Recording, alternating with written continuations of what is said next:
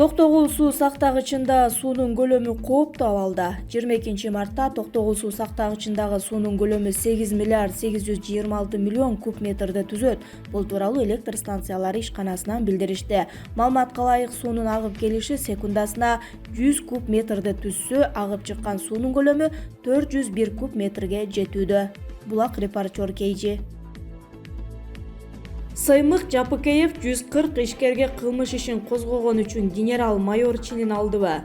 Өтө кызык көрүнүш болуп жатат. Премьер-министр Улукбек Марипов 17 мартта өкмөттүн жыйынын өткөрүп, анда укук коргоо органдарынын бизнесмендерге жасаган мамилесин катуу сындады.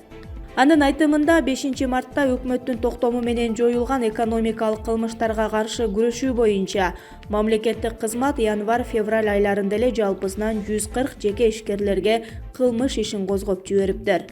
Ошондой эле ал 29 январда президент Садыр Жапаровдун менчикти коргоо жана ишкерлер менен инвесторлорду колдоо жөнүндө кол коюлган жарлыгында эскертти.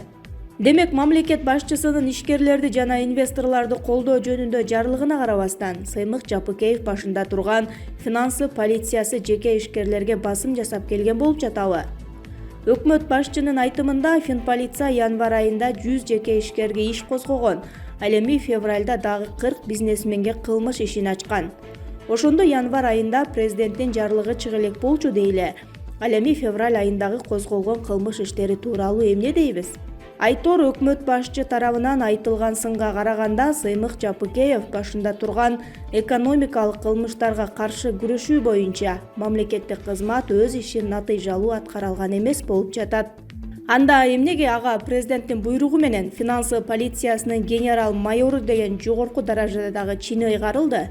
Өкмөт тарабынан айтылган сын менен президент тарабынан берилген чиндин ортосунда карама-каршылык болуп жаткан жокпу?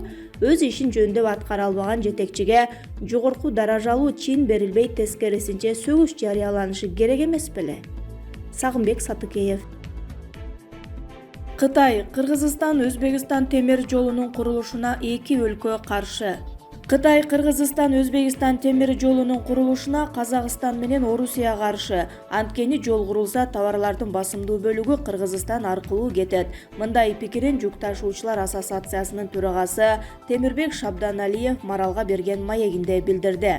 Анын айтымында, темир жолду курууга Орусия менен Казакстандын макулдугу жок. Алар оюн түз айтпай, ар кандай саясаттар менен Кыргызстандын жолун тороп жатат. Бирок бул долбоордун ишке ашуусун күтүп отурбай, темир жол транспорттун өнүктүрүү зарыл. Анткени Кыргызстан жүктөрдүн 98%-ын унаа жолу аркылуу ташыйт жана бул багытта Казакстанга көз каранды. Шабданалиев мындан сырткары дөң базардын келечеги жок экенин, анткени логистикалык борборлор ачылып жатканын белгиледи. Учурда Дордой логистикалык борбордун функциясын аткарып жатат. Мындан сырткары электрондук соодага өтүп жатышат, деди Шабданалиев. Токмокто комбинатта өрт чыкты. Токмоктогу коммуналдык ишканалар комбинатынын имаратындагы өрт саат 18:02 өчүрүлдү. Бул тууралуу Өзгөчө кырдаалдар министрлигинин маалымат кызматы билдирди. Эске салсак, Ленин көчөсүндөгү өрт чыккан жерге 3 өрт өчүрүү тобу саат 7:37 барган. 1,5 саат убакыттан соң жалын чектөөгө алынган. Кырсыктан каза тапкандар жана жапа чеккендер болгон эмес. Коммуналдык ишканалар комбинаты Токмок шаардык мэриясы тарабынан негизделген. Жер үйдө иштегендер тамакка ууланып калышкан. Таластагы жер үй алтын чыгаруучу фабрикада 18 адам тамакка ууланганын Facebook колдонуучусу жазып чыкты. Бирок алар жумушун жоготуп алуудан коркуп, бул тууралуу эч кимге айтышкан эмес. Жер үй алтын кенинде мындан 2-3 күн мурда 18 адам тамакка ууланды. Тийиштүү органдар бүгүн гана кыймылдай баштады. Ал эми ууланган адамдарды эч кимге унчукпагыла деп коркутуп коюшкан. Алар жумушунан кол жууп калуудан коркуп үн катпай отурушат. Таластын жаңы жетекчисинин бул боюнча кабары барбы деп жазган. Аталган билдирүү Талас областык ички иштер башкармалыгынын маалыматы электрондук эсепке алуу журналына санитардык эпидемиологиялык талаптардын бузулушу фактысы менен каттоого алынды. Жарыяланган маалымат канчалык деңгээлде чындык экендигин аныктоо максатында жанага карата мыйзам чегинде чара көрүү үчүн текшерүү жана иликтөө иштери башталды. Талас областык ички иштер бөлүмүнүн басма сөз кызматы таратты. Турсунбек Акын: Текебаевдин доору бүттү, Акаев менен Момбековдун ою жаман. Турсунбек мырза, Жанар Акаев референдум жөнүндөгү мыйзамды күч менен кабыл алдырды. Кээ бирин коркутуп, үркүтүп жыйынга алып келишти деди. Жанар Акаев аша чаап кеттиби же ачуу чындыкты айттыбы?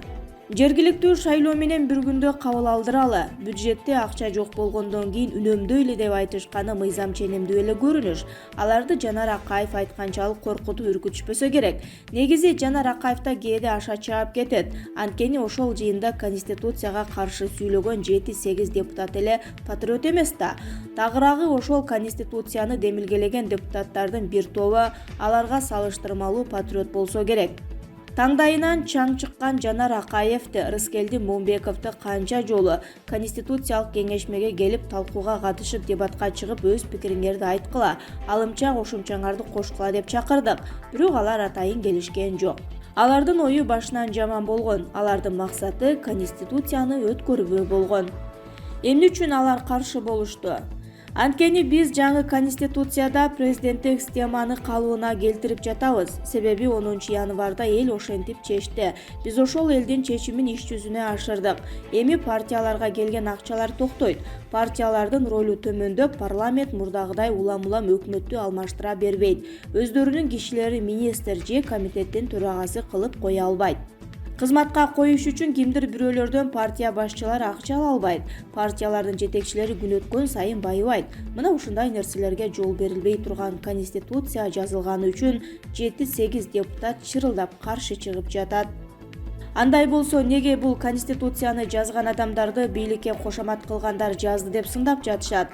Конституцияны чындап эле тажрыйбасы жок, бирок кошоматты катыра кылган адамдар жаздыбы? Конституцияны жазган Конституциялык кеңешменин 98 мүчөсүнүн ичинде чыны менен ар түрдүү адамдар бар. Алардын арасында кошоматчылары, бийликте отургандары, депутаттар, илимий кызматкерлер, окумуштуулар же бийликке барыш үчүн көрүнүп коеюн деген кошоматчылар да бар. Ошондой эле мамлекетке чын жүрөгүнөн күйгөн, бийликти бир адам башкара турган абалга жетсек, партиялардын башаламандык параты токтосо, тартип орносо, парламент билген талканын чалбаса, өлкөдө тынчтык анан стабилдүүлүк орносо экен дегендер да бар болду. Мына ошондой ак жүрөк саясатчылар, өкмөттүк эмес уюмдун мүчөлөрү бар болгон үчүн Конституцияны бир нече тажрыйбалуу адамдар сүйрөп, жол көрсөтүп кеңешин берип турушту. Айрымдары жалындуу сөздөрү менен Конституциялык кеңешменин жаш мүчөлөрүнө жол көрсөтүп, үмүт дем берди. Кандай болгон күндө да материалдык кызыкчылыкты жогору койбой, маяна албай, Конституциянын сапаттуу долбоорун иштеп чыгып, жогорку кеңешке өткөрүп бердик. Конституциялык кеңешменин мүчөлөрүн кошоматчы деп айтып жаткандар Конституцияга каршы чыккан 7-8 депутат өкмөттүк эмес уюмдун мүчөлөрү. Отунбаева жана Атамбаевдин жактоочулары, колдоочулары болду. Анткени алардын аброю түшүп, Текебаевдин доору бүттү. Текебаевдин жана Атамбаевдин партиясына шайлангандар кеңешменин мүчөлөрүн каралаш үчүн кошоматчы деп атап жатышат. Чынында биз Конституциянын долбоорун сапаттуу иштеп чыктык. Маектешкен Чынайым Кутманалиева, Азия Ньюс газети.